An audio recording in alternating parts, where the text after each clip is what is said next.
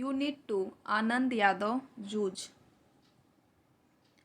पाठशाला जाने के लिए मन तड़पता था, लेकिन दादा के सामने खड़े होकर यह कहने की हिम्मत नहीं होती कि मैं पढ़ने जाऊंगा। डर लगता था कि हड्डी पसली एक कर देगा।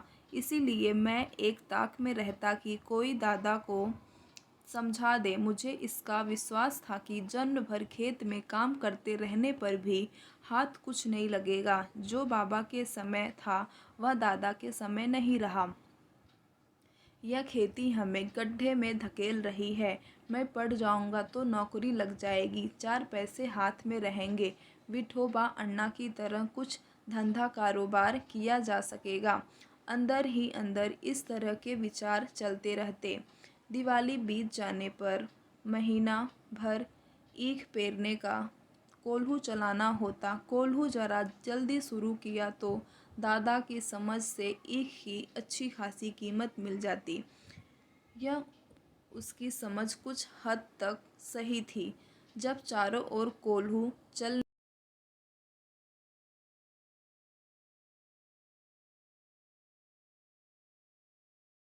में नंबर 1 और नंबर 2 का गुड़ बहुत आता, और हमारे जैसे खेतों पर ही बनाए गए नंबर 3 के गुड़ को कौन पूछता। बाकी के किसान दूसरे ढंग से विचार करते थे। उनका मत था कि यदि ईख को और कुछ दिन खेत में खड़ी रहने दिया गया तो गुड़ जरा ज़्यादा निकलता है। देर तक खड़ी रहने वाली ईख के रस में पानी की मात्रा कम होती है और रस गाढ़ा हो जाता है, जिसके कारण ज़्यादा गुड़ निकलता है। लेकिन दादा की समझ से गुड़ ज़्यादा निकलने की अपेक्षा भाव ज़्यादा मिलना चाहिए। इसलिए सारे गांव भर में हमारा कोल्हू सबसे पहले शुरू होता था। पेज दूसरा। इसी कारण वह इस वर्ष भी शुरू हुआ और हम उससे जल्दी निपट गए, आगे के काम में लग गए। सभी जन धूप में लेटे हुए थे। माँ धूप में कंडे थाप रही थी। मैं बाल्टी में पानी भर भर कर उसे दे रहा था। कुछ न कुछ बातचीत भी कर रहे थे। हम दोनों ही थे, इसलिए यह सोचकर कि बात माँ से कहनी चाहिए, और मैंने अपने पढ़ने की बात छेड़ दी। माँ ने कहा, अब तू ही बता मैं क्या करूँ। पढ़ने लिखने की बात की तो वह हरहेला सूअर की तरह कुर्राता है। तुझे मालूम है, माँ के मन में जंगली सूअर बहुत गहराई में बैठा हुआ था। अब मड़ा खेती के सभी काम बीत गए हैं। मेरे लिए अब कुछ तो करना नहीं रह गया है। इसलिए कहता हूँ, तू दत्ता की जी राव सरकार से मेरे पढ़ने के बारे में कह। आज ही रात को उनके यहाँ चलेंगे। मैं चलूँगा तेरे साथ। तू उन्हें सब कुछ समझा कर बता दे तो वे दादा को ठीक तरह से समझा सकेंगे। पेज तीसरा। ठीक है, चलेंगे। माँ ने हाँ तो की, लेकिन अंदर से माँ के स्वर में उदासी थी। मुझे भी मालूम था कि इतना करने पर भी कोई लाभ नहीं होगा, लेकिन वह मेरा मन रखने के लिए जाने को तैयार हो गई। मेरी तड़पन वह समझती थी। 7वीं तक पढ़ाने की उसके मन में तैयारी थी, लेकिन दादा के आगे उसका बस नहीं चलता था। रात को मैं और माँ दत्ताजी राव देसाई के यहाँ गए। माँ ने दीवार के सहारे बैठकर दत्ताजी राव से सब कुछ कह दिया। वे भी इस बात से सहमत हो गए। माँ ने यह भी बताया कि दादा सारे दिन बाजार में रखमाबाई के पास गुजार देता है, खेती के काम में हाथ नहीं लगाता है। माँ ने देसाई को यह विश्वास दिला दिया कि दादा को सारे गांव भर आज़ादी के साथ घूमने को मिलता रहे। इसीलिए उसने मेरा पढ़ना बंद कर मुझे खेती में जोत दिया है। यह सुनते ही देसाई दादा चिढ़ गए और बोले, आने दे, अब मैं उसे सुनाता हूँ कि नहीं, अच्छी तरह देख। उठते उठते मैंने भी दत्ताजी राव से कहा, अब जनवरी का महीना है, अब परीक्षा नज़दीक आ गई है। मैं यदि अभी भी कक्षा में जाकर बैठ गया और पढ़ाई की दुहराई कर ली तो 2 महीने में 5वीं की सारी तैयारी हो जाएगी और मैं परीक्षा में पास हो जाऊंगा। इस तरह मेरा साल बच जाएगा।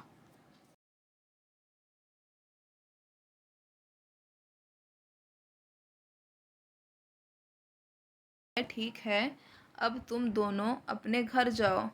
जब वह आ जाए तो मेरे पास भेज देना और उसके पीछे से घड़ी भर बाद में तू भी आ जाना रे छोरा। जी कहकर हम खड़े हो गए। उठते उठते हमने यह भी कहा कि हमने यहाँ आकर ये सभी बातें कही है, यह मत बता देना, नहीं तो हम दोनों की खैर नहीं है। माँ अकेली साग भाजी देने आई थी, यह बता देंगे तो अच्छा होगा। ठीक है, मुझे जो करना है मैं करूँगा। देख, उसके सामने ही तुझसे कुछ पूछूंगा तो निडर होकर साफ साफ उत्तर देना, डरना मत। पेज चौथा।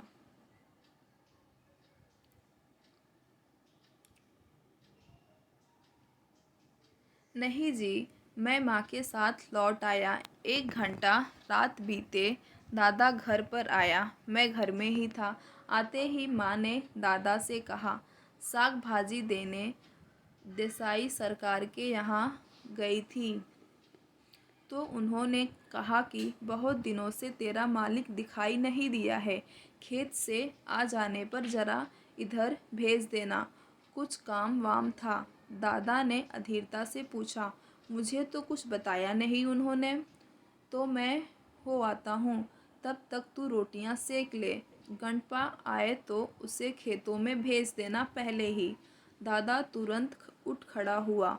देसाई के बाड़े का बुलावा दादा के लिए सम्मान की बात थी। आधा घंटा बीतने पर माँ ने मुझसे कहा कि अब तू जा, कहना जिम ने बुलाया है। अच्छा, मैं पहुँचा तो सरकार मेरी राह देख रहे थे। क्यों आया रे छोरे, दादा को बुलाने आया हूँ, अभी खाना नहीं खाया है। बैठ बैठ थोड़ी देर, अभी तो आया है वह मेरे पास। जी मैं बैठ गया। धीरे धीरे दत्ताजी राव पूछने लगे, कौन सी में पढ़ता है रे तू? जी 5वीं में था, किंतु अब नहीं जाता हूँ। क्यों रे? दादा ने मना कर दिया है, खेतों में पानी लगाने वाला कोई नहीं है। क्यों रत्नाप्पा? हाँ जी, फिर तू क्या करता है? सरकार ने दादा से जिरह करना शुरू किया तो सारा इतिहास बाहर निकल आया। सरकार ने दादा पर खूब गुस्सा किया। उन्होंने दादा की खूब हिजामत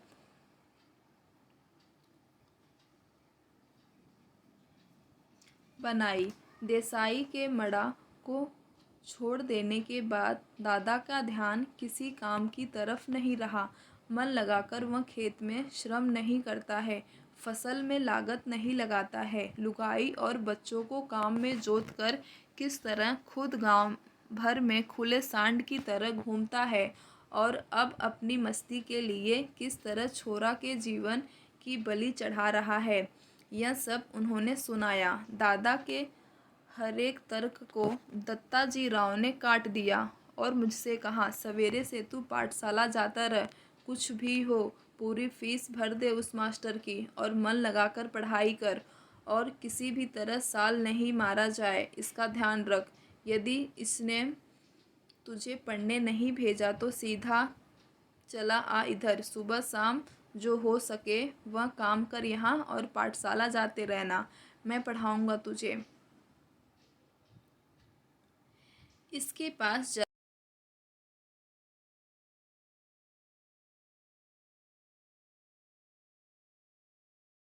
इसको ज़रा गलत सलत आदत पड़ गई थी, इसलिए पाठशाला से निकालकर ज़रा नज़रों के सामने रख लिया है। कैसी आदत? चाहे जैसी, यहाँ वहाँ कुछ भी करता है। कभी कंडे बेचता, कभी चारा बेचता, सिनेमा देखता, कभी खेलने जाता। खेती और घर के काम में इसका बिल्कुल ध्यान नहीं है। दादा ने मेरे ऊपर अचानक हल्ला बोल दिया। क्यों रे छोकरे? नहीं जी, कभी एक बार मेले में पटा पर पैसे लगा दिए थे। दादा तो कभी भी सिनेमा के लिए पैसे नहीं देते हैं, इसीलिए खेत पर गोबर बीन बीन कर माँ से कंडे थपवा लिए थे और उन्हें बेचकर ही कपड़े भी बनवाए थे। उसी समय एक बार सिनेमा भी गया था। मैंने भी झूठ सच मिलाकर ठोक दिया। पेज 6।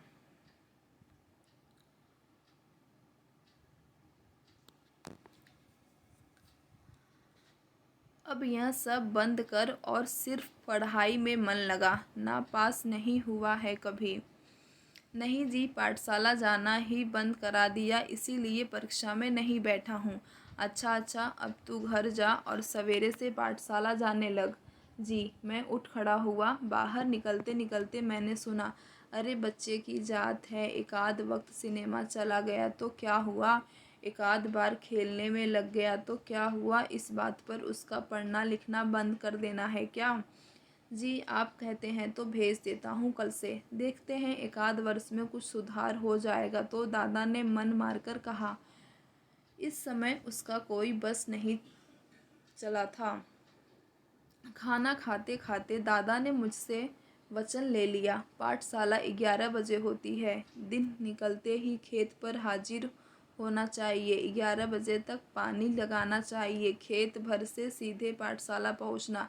सवेरे आते समय ही पढ़ने का बस्ता घर से ले आना। छुट्टी होते ही पेज 7। घर में बस्ता रखकर सीधे खेत पर आकर घंटा भर ढोर चराना, और कभी खेतों में ज़्यादा काम हुआ तो पाठशाला में गैर हाजिरी लगाना। समझे? मंजूर है क्या?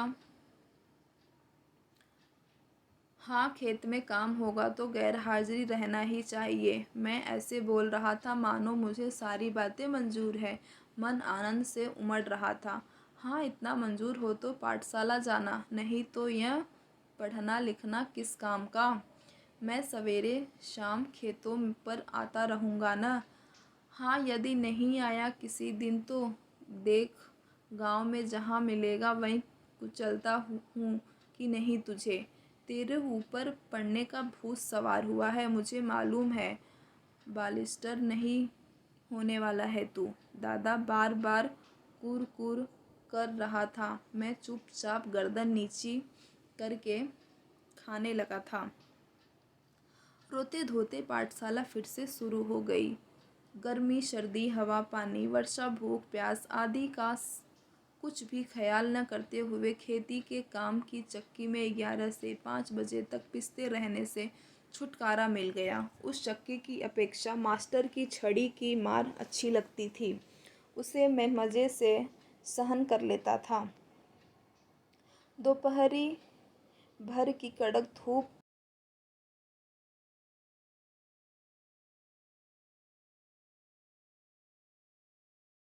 बीत गए। फिर से 5वीं में जाकर बैठने लगा। फिर से नाम लिखवाने की ज़रूरत नहीं पड़ी।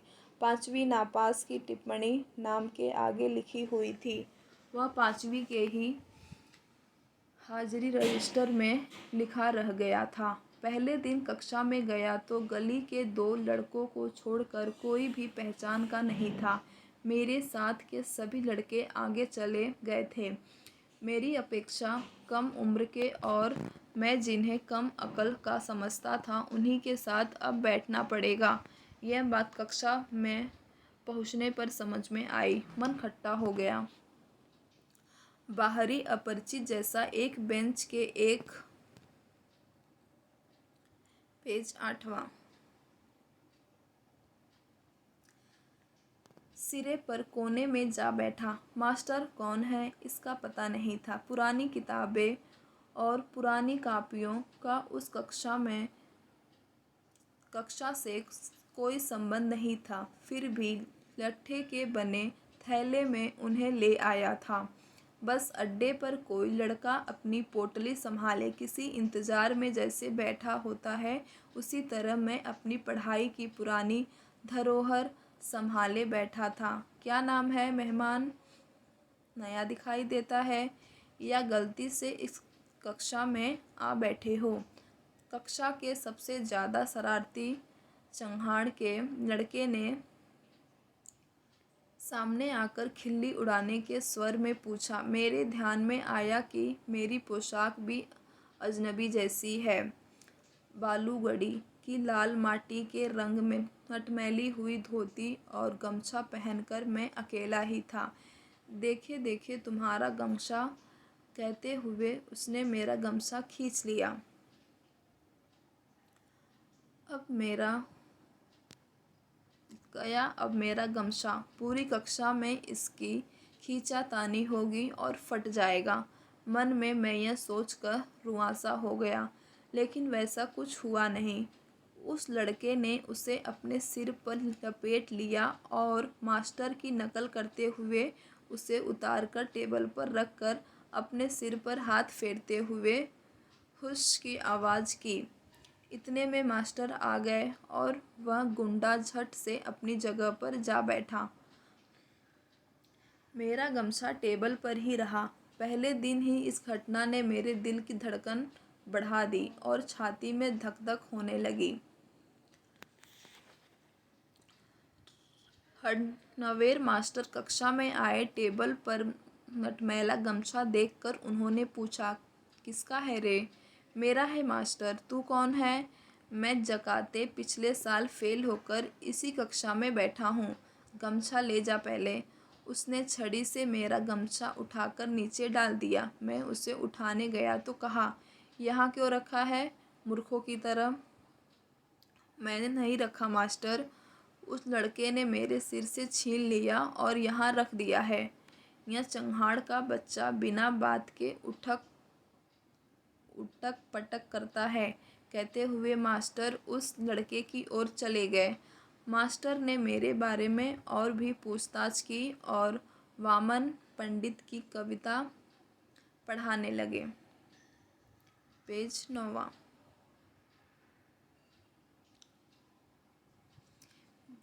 बीच की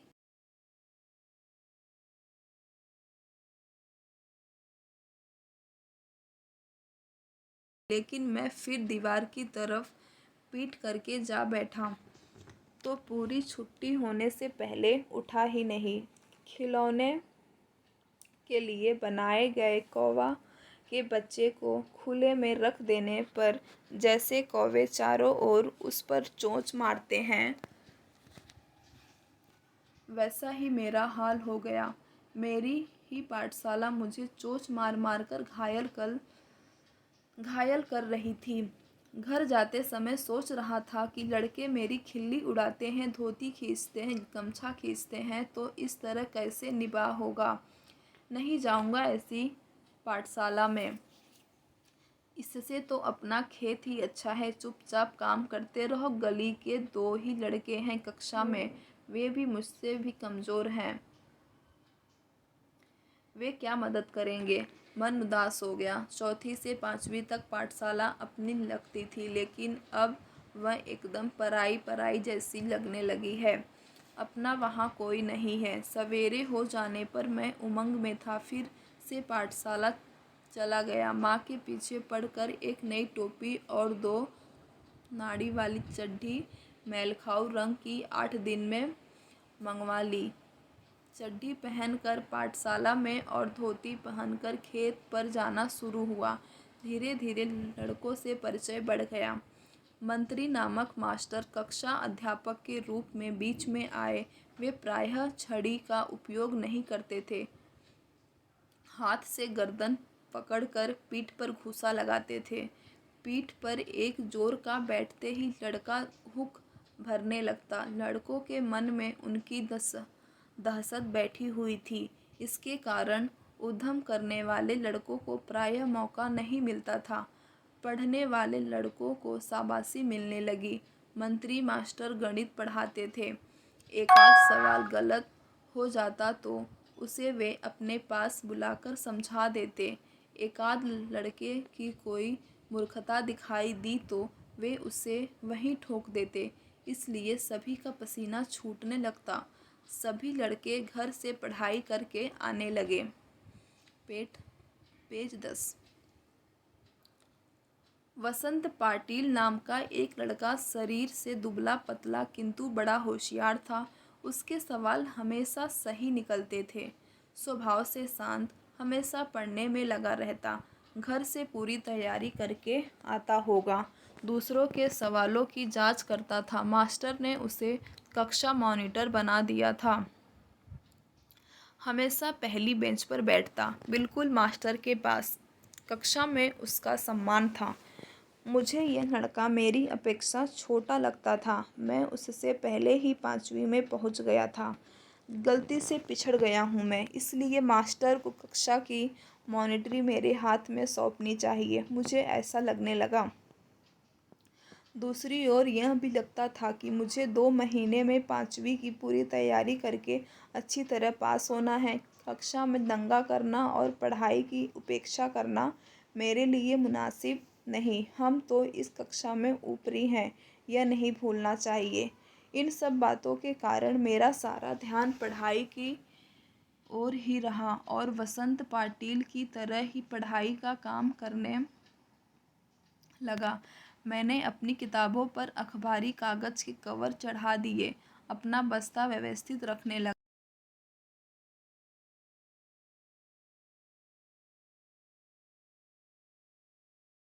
ऐसा ही कुछ करने लगा। मन की एकाग्रता के कारण गणित झटपट समझ में आने लगा और सवाल सही होने लगे। कभी कभी वसंत पाटिल के साथ साथ एक तरफ से वह तो दूसरी तरफ से मैं लड़कों के सवाल जांचने लगा। इसके कारण मेरी और वसंत की दोस्ती जम गई। एक दूसरे की सहायता से कक्षा में हम अनेक काम करने लगे। मास्टर मुझे आनंदा कहकर बुलाने लगे। मुझे पहली बार किसी ने आनंदा कहकर पुकारा। माँ कभी आनंदा कहती, परंतु बहुत कम। मास्टरों के इस अपनेपन के व्यवहार के कारण और वसंत की दोस्ती के कारण पाठशाला में मेरा विश्वास बढ़ने लगा। नवा सौदलगेकर मास्टर मराठी पढ़ाने आते थे। पढ़ाते समय वे स्वयं रम जाते थे। विशेषतः विक कविता बहुत ही अच्छे ढंग से पढ़ाते थे। सुरीला गला, छंद की बढ़िया चाल और उसके साथ ही रसिकता थी उनके पास। पुरानी नई मराठी कविताओं के साथ साथ उन्हें अनेक अंग्रेजी कविताएं कंठस्थ थीं। अनेक छंदों की लय, गति, ताल उन्हें अच्छी तरह आते थे। पहले वे एकाध कविता गाकर सुनाते थे, फिर बैठे बैठे अभिनय के साथ कविता का भाव ग्रहण कराते। उसी भाव की किसी अन्य कवि की कविता भी सुनाकर दिखाते। बीच में कवि यशवंत बाभबोरकर, भारा तांबे, गिरीश, केशव कुमार आदि के साथ अपनी मुलाकात के संस्मरण सुनाते। वे स्वयं भी कविता करते थे। याद आ गई तो वे अपनी भी एकाध सुना देते। पेज 11। यह सब सुनते हुए, अनुभव करते हुए मुझे अपना भान ही नहीं रहता था। मैं अपनी आँखों और कानों में प्राणों की सारी शक्ति लगाकर दम रोककर मास्टर के हाव भाव, ध्वनि, गति, चाल और रस पीता रहता। सुबह शाम खेत पर पानी लगाते हुए या ढोर चराते हुए अकेले में खुले गले से वे सारी कविताएं मास्टर के ही हाव भाव, यति गति और आरोह अवरोह के अनुसार ही गाता। उन कविताओं के अर्थों से खेलता हुआ मैं आगे पीछे आता जाता था। मास्टर जिस प्रकार बैठे बैठे ही अभिनय करते थे, मैं पानी लगाते लगाते वैसा अभिनय करता था। क्यारियाँ पानी से कब की भर गई हैं, इसका भान भी नहीं रहता था। मास्टर की चाल पर दूसरी कविताएं भी पढ़ी जा सकती हैं, इसका पता भी मुझे उसी समय चला। इन कविताओं के साथ खेलते हुए मुझे 2 बड़ी शक्तियाँ प्राप्त हुई। पहले ढोर चराते हुए, पानी लगाते हुए, दूसरे काम करते हुए अकेलापन बहुत खटकता था। किसी के साथ बोलते हुए, गपशप करते हुए, हंसी मजाक करते हुए काम करना अच्छा लगता था। हमेशा कोई न कोई साथ में होना चाहिए, ऐसा लगता था। लेकिन अब अकेलेपन से कोई ऊब नहीं होती। मैं अपने आप से ही खेलने लगा। उल्टा अब तो ऐसा लगने लगा कि जितना अकेले रहूं उतना अच्छा। इस कारण कविता ऊंची आवाज में गाई जा सकेगी, किसी भी तरह का अभिनय किया जा सकेगा। कविता गाते गाते थूई थूई करके नाचा जा सकता।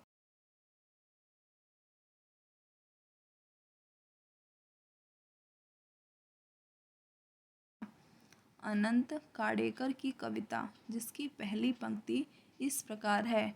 चांद रात पसरीते पांढरी, गाया धरणीवरी, को मैंने मास्टर की चाल से अलग अपनी चाल में बिठाकर गाई। यह चाल एक सिनेमा के गाने के आधार पर थी। वह गाना केशव करनी जाति नामक छंद में था। उस कविता को मैं मास्टर की अपेक्षा ज़्यादा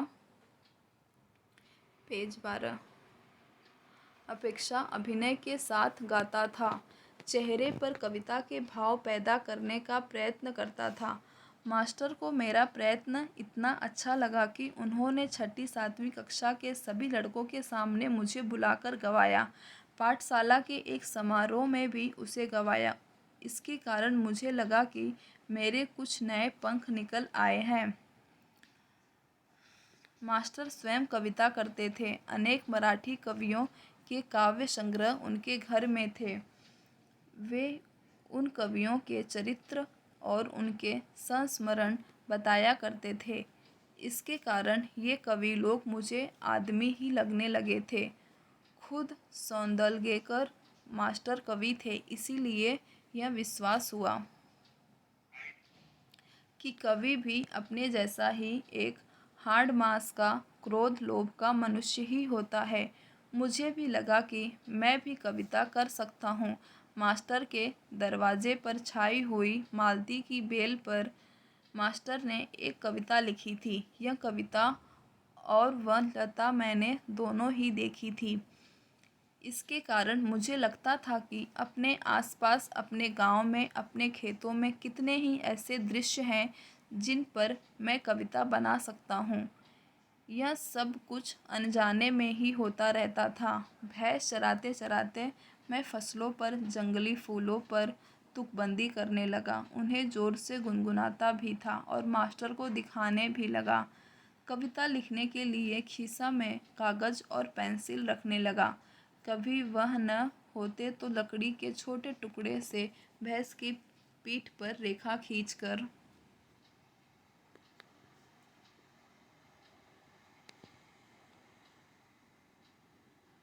लिखता था, या पत्थर की शिला पर कंकड़ से लिख दे लेता। जब कंठस्थ हो जाती तो पोंछ देता।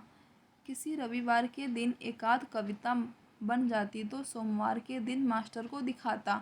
बहुत बार तो सवेरा होने तक का धीरज छूट जाता और मैं रात को ही मास्टर के घर जाकर कविता दिखाता। वे उसे देखते और शाबाशी देते, और फिर कभी कभी तो कविता के शास्त्र पर एक पूरी महफिल हो जाती। बोलते बोलते मास्टर बताते कवि की भाषा कैसी होनी चाहिए, संस्कृत भाषा का उपयोग कविता के लिए किस तरह होता है, छंद की जाति कैसे पहचाने, उसका लयक्रम कैसे देखें, अलंकारों में सूक्ष्म बातें कैसी होती हैं, अलंकारों का भी एक शास्त्र होता है, कवि को शुद्ध लेखन करना क्यों जरूरी होता है, शुद्ध लेखन के नियम क्या हैं, आदि अनेक विषयों पर वे सहज बातें बताते रहते। मुझे उनके प्रति अपनापन अनुभव होता। वे मुझे पुस्तक देते, अलग अलग प्रकार के कविता संग्रह देते। उन्होंने कई नई तरह की कविताएं सुनाई तो लगा मैं इस